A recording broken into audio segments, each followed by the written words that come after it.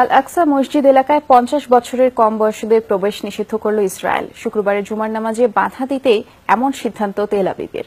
এদিকে বৃহস্পতিবার রাতেও মসজিদ এলাকায় ইসরায়েলি সেনাদের হামলায় আহত হয় অন্তত 20 ফিলিস্তিনি। পশ্চিম তীরে গুলি করে হত্যা করা হয় এক ফিলিস্তিনিকে। আর এমন অবস্থায় আগুন নিয়ে না খেলার জন্য ইসরায়েলের প্রতি হুঁশিয়ারি দিয়েছে স্বাধীনতাকামী গোষ্ঠী হামাস।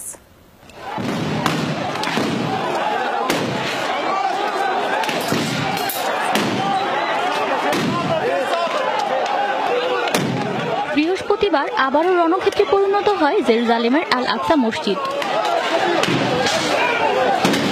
মসজিদের নিয়ন্ত্রণ নিতে মরিয়া সেনারা সর্বশক্তি দিয়ে চড়াও হয় ফিলিস্তিনিদের উপর।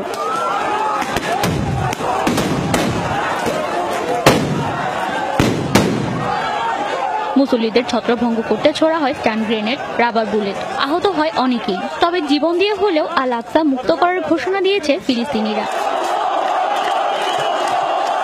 আল আকসা মসজিদ থেকে সেনা প্রত্যাহারের দাবিতে রোববার থেকে আন্দোলনে ফিলিস্তিনিরা। মসজিদের নিয়ন্ত্রণ নিতে ইহুদিদের পরিকল্পনা সফল হবে না বলেও হুঁশিয়ারি দিয়েছে স্বাধীনতাকামী গোষ্ঠী হামাস।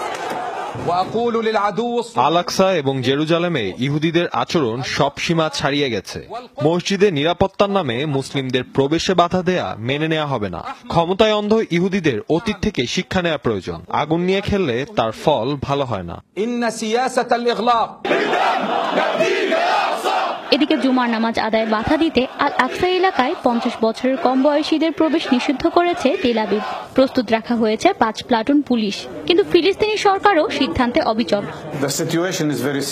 পরিস্থিতি ক্রমেই বিপজ্জনক হয়ে উঠছে। সার্বিক পরিস্থিতি মোকাবেলায় সফরের সময়সীমা কমিয়ে দেশে ফিরছেন প্রেসিডেন্ট মাহমুদ আব্বাস। সেনাদের দমনপীড়ন আর মেনে নেওয়া হবে না। আল আকসায় ফিলিস্তিনিরা তাদের অধিকার ছেড়ে দেবে না। ফিলিস্তিনিদের ওপর ইসরায়েলি সেনাদের এমন দমনপীড়ন নতুন নয়। ছুরিকাঘাতের অভিযোগ এনে নির্বিচারে ফিলিস্তিনিদের ওপর হামলা চালাচ্ছে ইসরায়েল। বৃহস্পতিবারও একই ছুতোয় পশ্চিম তীরে গুলি করে হত্যা করা হয় এক ফিলিস্তিনি যুবককে। এ নিয়ে চলতি বছর ইসরায়েলি সেনাদের গুলিতে প্রাণ হারালো 46 ফিলিস্তিনি।